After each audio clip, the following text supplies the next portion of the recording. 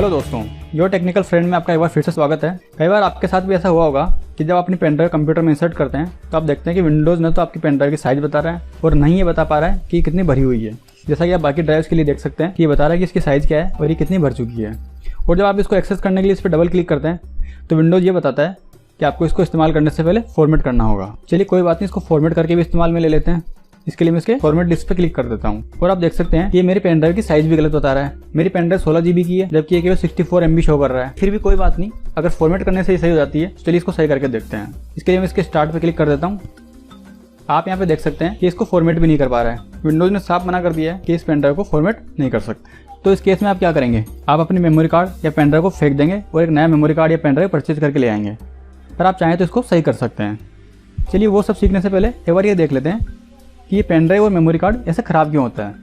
आपकी कोई सी भी मेमोरी डिवाइस हो, चाहे वो आपकी हार्ड डिस्क हो, आपका पेन ड्राइव हो या फिर आपका मेमोरी कार्ड हो, विंडोज जब भी इसको पहली बार एक्सेस करता है तो उसमें एक स्ट्रक्चर बनाता है जिसको हम फाइल सिस्टम कहते हैं। ये फाइल सिस्टम विंडोज को बताता है कि आपकी पेन ड्राइव या मेमोरी कार्ड में कौन सी फाइल कहाँ पड़ी है, वो कहाँ से स्टार्ट हो रही है, कहाँ खत्म हो रही है, उसका नाम क्या है, उसकी बाकी प्रॉपर्टीज़ क्या है। तो कई बार जब आप अपनी पेन ड्राइव को अचानक से निकाल लेते हैं या फिर आपका कंप्यूटर अचानक से बंद हो जाता है या फिर किसी वायरस के कारण ये फाइल स्ट्रक्चर करप्ट हो जाता है और विंडोज ये रीड नहीं कर पाता है कि इसमें कौन सा कंटेंट रखा हुआ है, ड्राइव की साइज़ क्या है, इसमें कौन सी फाइल स्टोर है, कौन सी फाइल स्टोर नहीं है। कहने का मतलब जब आपका फाइल सिस्टम ही करप्ट हो चुका है तब इसको इस्तेमाल भी नहीं कर सकते। इस केस में आपका पेन ड्राइव या मेमोरी कार्ड का हार्डवेयर तो बिल्कुल सही है पर उसका जो सॉफ्टवेयर स्ट्रक्चर विंडोज ने बना रखा है वो खराब हो चुका है, करप्ट हो चुका है और उसको अपने को सही करना है। चलिए सीखते हैं कि इस प्रकार खराब हो चुकी पेन ड्राइव या मेमोरी कार्ड को आप कैसे सही कर सकते हैं। इसके लिए हम कमांड लाइन का प्रयोग करेंगे और कमांड लाइन से विंडोज़ के प्रोग्राम जिसे डिस्क पार्ट करते हैं उसका इस्तेमाल करेंगे। डिस्क पार्ट को हम कुछ कमांड्स देंगे जिससे पेन ड्राइव सही हो जाएगी। चलिए शुरुआत करने से पहले देख लेते हैं कि कौन कौन से कमांड हम इस्तेमाल में लेंगे। तो ये थे कमांड जिसकी मदद से आप किसी भी पेन ड्राइव को या किसी मेमोरी कार्ड को फॉर्मेट कर सकते हैं। चलिए इसको करके देखते हैं। इसके लिए आप अपने कीबोर्ड पे विंडोज़ की और R की को एक साथ दबाइए। ऐसा करने से आपके सामने एक नई विंडो खुलेगी। इस विंडो में आप CMD टाइप कीजिए और एंटर दबाइए, जिसके बाद आपके सामने कमांड विंडो खुल जाएगी। इस विंडो में आप डिस्क पार्ट टाइप करके एंटर दबाइए। अब यहाँ पे आप देख सकते हैं डिस्क पार्ट के आगे एक एरो लगा हुआ है जिसके आगे हमें कमांड टाइप करना है। सबसे पहले आप कमांड टाइप कीजिए लिस्ट डिस्क। ऐसा करने से आपके कंप्यूटर पे जो भी मेमोरी डिवाइस लगी हुई है उसकी लिस्ट आपके सामने शो हो जाएगी। यहाँ पे आप देख सकते हैं कि डिस्क 0 और डिस्क 1 दो डिस्क मेरे कंप्यूटर पे लगी हुई है। डिस्क 0 मेरी हार्ड डिस्क है जो कि लगभग 300 GB की है और डिस्क 1 मेरी पेन ड्राइव है जिसे मुझे सही करना है जो कि लगभग 16 GB की है। इसके बाद ये सिलेक्ट करना होगा कि हम जो आगे के ऑपरेशंस हैं, आगे के जो कमांड्स हैं वो हम किस पे परफॉर्म करेंगे, वो हमें हार्ड डिस्क पे परफॉर्म करेंगे या पेन ड्राइव पे परफॉर्म करेंगे। ये एक बहुत इंपॉर्टेंट कमांड है क्योंकि अगर आपने गलती से अपने पेन ड्राइव की जगह अपनी हार्ड डिस्क सेलेक्ट कर ली तो आपकी हार्ड डिस्क फॉर्मेट हो जाएगी। इसलिए आप ध्यान दें कि आप सेलेक्ट करते टाइम पे अपनी पेन ड्राइव सेलेक्ट करें। इसके लिए आप टाइप कीजिए सेलेक्ट डिस्क 1, क्योंकि मेरी पेन ड्राइव का जो यहाँ पे नंबर असाइन हो रखा है वो 1 है। यहाँ पे आप देख सकते हैं कि 0 मेरे हार्ड डिस्क को असाइन है और 1 मेरी पेन ड्राइव को असाइन है। इसलिए आप देख लें कि आपकी पेन ड्राइव को कौन सा नंबर असाइन हुआ है, आप यहाँ पे वही नंबर काम में लीजिए।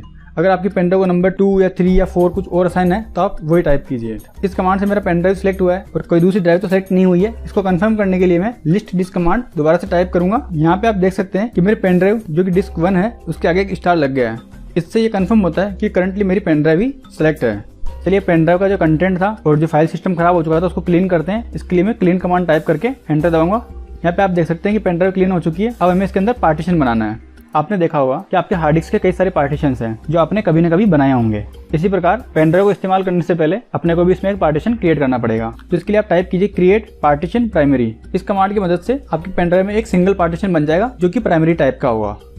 इसके बाद हमें पेन ड्राइव में फाइल सिस्टम फिर से क्रिएट करना है। इसके लिए मैं फॉर्मेट कमांड काम में लूंगा। तो आप टाइप कीजिए format FS equal to FAT32 उसके आगे क्विक। यहाँ पे मैं अपनी पेन ड्राइव को FAT32 टाइप से फॉर्मेट कर रहा हूँ। आप चाहें तो इसकी जगह NTFS भी काम में ले सकते हैं। यहाँ पे आप देख सकते हैं कि फॉर्मेट कंप्लीट हो चुका है। अब आपको जो आपका पार्टीशन है उसको एक्टिव बनाना होगा।